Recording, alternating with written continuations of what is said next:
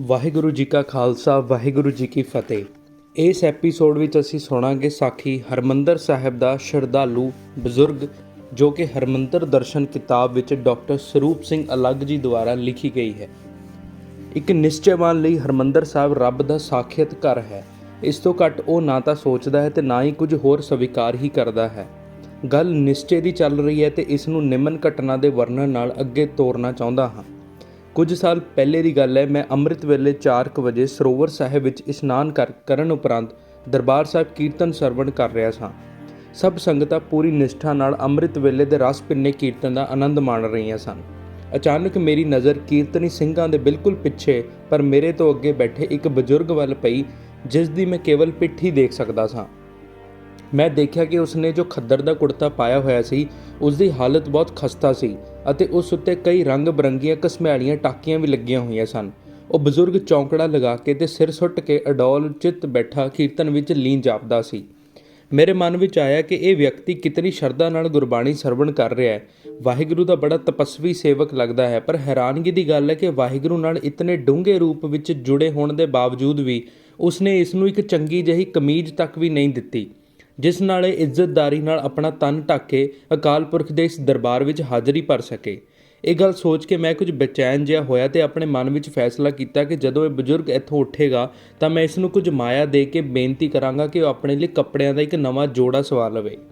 ਇਹ ਸਭ ਕੁਝ ਸੋਚ ਕੇ ਮੇਰਾ ਧਿਆਨ ਕੀਰਤਨ ਤੋਂ ਉਖੜ ਗਿਆ ਅਤੇ ਮੈਂ ਉਸ ਵਕਤ ਦੀ ਉਡੀਕ ਕਰਨ ਲੱਗ ਪਿਆ ਜਦ ਉਹ ਬਜ਼ੁਰਗ ਦਰਬਾਰ ਸਾਹਿਬ ਤੋਂ ਉੱਠੇ ਤੇ ਮੈਂ ਆਪਣੇ ਮਨ ਦੀ ਇੱਛਾ ਪੂਰੀ ਕਰ ਸਕਾਂ। ਵਕਤ ਬੀਤਦਾ ਗਿਆ ਪਰ ਉਹ ਸੱਜਣ ਅਡੋਲ ਤੇ ਅਹਿਲ ਹੀ ਰਿਹਾ। ਇਸ ਦੌਰਾਨ ਗੁਰੂ ਮਹਾਰਾਜ ਦੇ ਸਰੂਪ ਦੀ ਤਸ਼ਰੀਫ ਆਵਰੀ ਹੋਈ, ਹੁਕਮਨਾਮਾ ਲਿਆ ਗਿਆ, ਅਰਦਾਸਾ ਹੋਇਆ। ਇਹ ਸਭ ਕੁਝ ਦੇ ਮਗਰੋਂ ਉਹ ਫਿਰ ਨਜਿੱਠ ਕੇ ਬੈਠ ਕੇ ਪਹਿਲੇ ਵਰਗੀ ਹਾਲਤ ਵਿੱਚ ਪਹੁੰਚ ਗਿਆ। ਇਸ ਦੌਰਾਨ 5:30 ਵੱਜ ਗਏ। ਮੈਂ ਹੋਰ ਬੇਚੈਨ ਹੋਣ ਲੱਗ ਪਿਆ ਕਿਉਂਕਿ ਮੈਂ ਗੈਸਟ ਹਾਊਸ ਵਿੱਚ ਜਾ ਕੇ ਤਿਆਰ ਹੋਣਾ ਸੀ ਤੇ ਸਵੇਰੇ 8 ਵਜੇ ਪੰਜਾਬ ਰਾਜ ਬਿਜਲੀ ਬੋਰਡ ਵਿੱਚ ਨੌਕਰੀ ਕਰਨ ਲਈ ਭਰਤੀ ਕੀਤੇ ਜਾਣ ਵਾਲੇ ਉਮੀਦਵਾਰਾਂ ਦਾ ਇੰਟਰਵਿਊ ਲੈਣੀ ਸੀ। ਪਰ ਮੈਂ ਕੀ ਕਰਦਾ, ਮੇਰੇ ਮਨ ਦਾ ਸੰਕਲਪ ਮੈਨੂੰ ਟਿਕਣ ਨਹੀਂ ਸੀ ਦੇ ਰਿਹਾ ਤੇ ਉੱਧਰ ਉਹ ਬਜ਼ੁਰਗ ਉੱਠਣਾ ਤਾਂ ਇੱਕ ਪਾਸੇ ਰਿਹਾ, ਹਿੱਲਣ ਦਾ ਵੀ ਨਾਮ ਨਹੀਂ ਸੀ ਲੈ ਰਿਹਾ। ਆਖਿਰ ਮੈਂ ਆਪਣੇ ਮਨ ਨਾਲ ਆਪਣੇ ਲਈ 6 ਵਜੇ ਤੱਕ ਦਾ ਸਮਾਂ ਮਿੱਥ ਲਿਆ ਕਿ ਜੇਕਰ ਉਹ 6 ਵਜੇ ਤੱਕ ਉੱਠ ਪਿਆ ਤਾਂ ਠੀਕ ਹੈ, ਵਰਨਾ ਮੈਂ ਉਸ ਨੂੰ ਮਿਲੇ ਬਿਨਾਂ ਮਜਬੂਰਨ ਚਲਾ ਜਾਵਾਂਗਾ। ਕੁਝ ਦੇਰ ਮਗਰੋਂ ਜਦ ਘੜੀ ਨੇ 6 ਵਜਾਏ ਤਾਂ ਉਹ ਬਜ਼ੁਰਗ ਯਕਦਮ ਉੱਠ ਪਿਆ।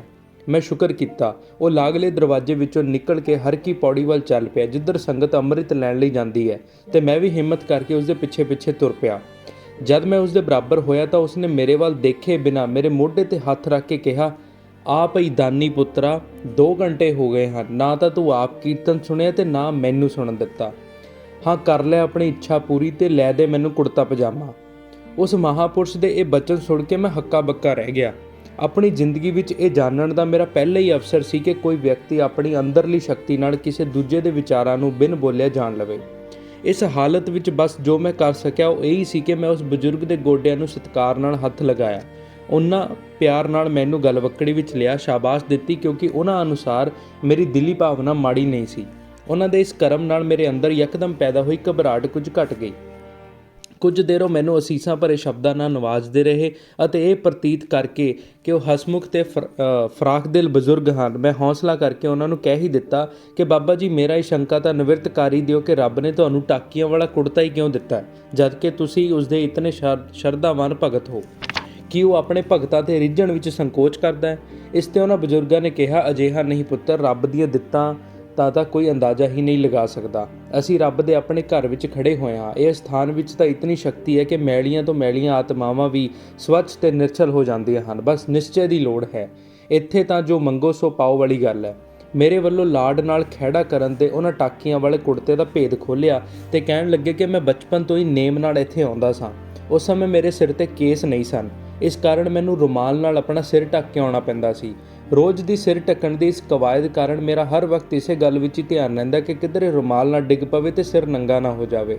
ਸੋ ਇਸ ਸਮੱਸਿਆ ਦੇ ਹੱਲ ਲਈ ਮੈਂ ਪੂਰਨ ਕੇਸ ਰੱਖ ਕੇ ਦਸਤਾਰ ਸਜਾ ਲਈ। ਐਵੇਂ ਮੈਨੂੰ ਵਧੇਰੇ ਵਿਸ਼ਵਾਸ ਤੇ ਆਤਮਿਕ ਬਲ ਪ੍ਰਦਾਨ ਹੋਇਆ ਅਤੇ ਮੇਰੇ ਮਨ ਤੇ ਗੁਰਬਾਣੀ ਦੀ ਰੰਗਤ ਚੜ੍ਹਨ ਤੇ ਮੈਂ ਕੁੜਤੇ ਤੇ ਇੱਕ ਟਾਕੀ ਠੋਕ ਦਿੱਤੀ। ਫਿਰ ਲਾਲਚ ਵਸ ਵਿੱਚ ਹੋਇਆ ਤਾਂ ਕੁੜਤੇ ਤੇ ਦੂਜੀ ਟਾਕੀ ਲੱਗ ਗਈ। ਇਵੇਂ ਕਰਦਿਆਂ ਕਰਦਿਆਂ ਅੱਜ ਮੈਂ 11 ਟਾਕੀਆਂ ਲਾ ਚੁੱਕਾ ਹਾਂ।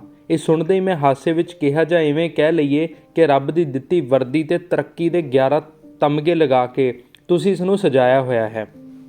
ਉਹਨਾਂ ਕਿਹਾ ਕਿ ਮੈਂ ਜਦ ਕਦੀ ਵੀ ਦਰਬਾਰ ਸਾਹਿਬ ਆਉਂਦਾ ਹਾਂ ਕੋਸ਼ਿਸ਼ ਕਰਕੇ ਇਹੋ ਕੁੜਤਾ ਪਾ ਕੇ ਆਉਂਦਾ। ਇਹ ਮੈਨੂੰ ਤਾਕੀਦ ਕਰਦਾ ਰਹਿੰਦਾ ਹੈ ਕਿ ਕਿਤਨਾ ਪੈਂਡਾ ਮੈਂ ਤੈਅ ਕਰ ਚੁੱਕਾ ਹਾਂ ਅਤੇ ਹੋਰ ਅੱਗੇ ਚੱਲਣ ਲਈ ਮੋਰਚਾ ਸਰਗਰਮ ਰੱਖਣਾ ਪਵੇਗਾ। ਮੇਰੇ ਲਈ ਇਹ ਕੇਵਲ ਕੁੜਤਾ ਹੀ ਨਹੀਂ, ਹੋਰ ਵੀ ਬਹੁਤ ਕੁਝ ਹੈ। ਮੈਂ ਉਹਨਾਂ ਦਾ ਇਹਨਾਂ ਸ਼ਬਦਾਂ ਦੇ ਅਰਥ ਸਮਝ ਗਿਆ। ਮੈਂ ਉਹਨਾਂ ਦੇ ਬਚਨ ਸੁਣਦਾ ਗਿਆ, ਪਰ ਜਲਦੀ ਉਹਨਾਂ ਨੇ ਆਪਣੇ ਕੰਨਾਂ ਨੂੰ ਫੜ ਲਿਆ। ਮੈਨੂੰ ਉਹ ਆਪਣੀ ਭਾਰੀ ਹੋਈ ਆਵਾਜ਼ ਵਿੱਚ ਕਹਿਣ ਲੱਗੇ, ਗੱਲਾਂ ਵਿੱਚ ਲੁੱਟ ਕੇ ਲੈ ਗਿਆ ਏ। ਇਹ ਗੱਲ ਤੈਨੂੰ ਸੁਣਾ ਕੇ ਲੱਗਦਾ ਮੇਰੀ ਹਉਮੈ ਜਾਗਣ ਲੱਗੀ ਹੈ। ਹੁਣ ਤੂੰ ਜਾ, ਪਰ ਇਹ ਗੱਲ ਕਿਸੇ ਨਾਲ ਨਾ ਕਰੀ। ਨਾਮ ਜਪਿਆ ਕਰ ਅਤੇ ਇਸ ਦੁਆਰੇ 'ਤੇ ਸੱਚੀ ਲਗਨ ਨਾਲ ਆਇਆ ਕਰ। ਦੁਨਿਆਵੀ ਖਾਹਿਸ਼ਾਂ ਨੂੰ ਬਹੁਤ ਪਰੇ ਦੁਨੀਆ ਵਿੱਚ ਹੀ ਸੁੱਟ ਕੇ ਇਸ ਸੱਚਖੰਡ ਵਿੱਚ ਪ੍ਰਵੇਸ਼ ਕਰਨ ਲੱਗਿਆ ਸਾਨੂੰ ਸਾਰਿਆਂ ਨੂੰ ਇਵੇਂ ਮਹਿਸੂਸ ਹੋਣਾ ਚਾਹੀਦਾ ਹੈ ਕਿ ਅਸੀਂ ਵਾਹਿਗੁਰੂ ਦੇ ਮਹਿਲਾਂ ਵਿੱਚ ਹਾਂ ਅਤੇ ਬੈਕੁੰਠਾਂ ਦੇ ਭਾਗੀ ਬਣ ਗਏ ਹਾਂ। ਵਾਹਿਗੁਰੂ ਜੀ ਕਾ ਖਾਲਸਾ, ਵਾਹਿਗੁਰੂ ਜੀ ਕੀ ਫਤਿਹ।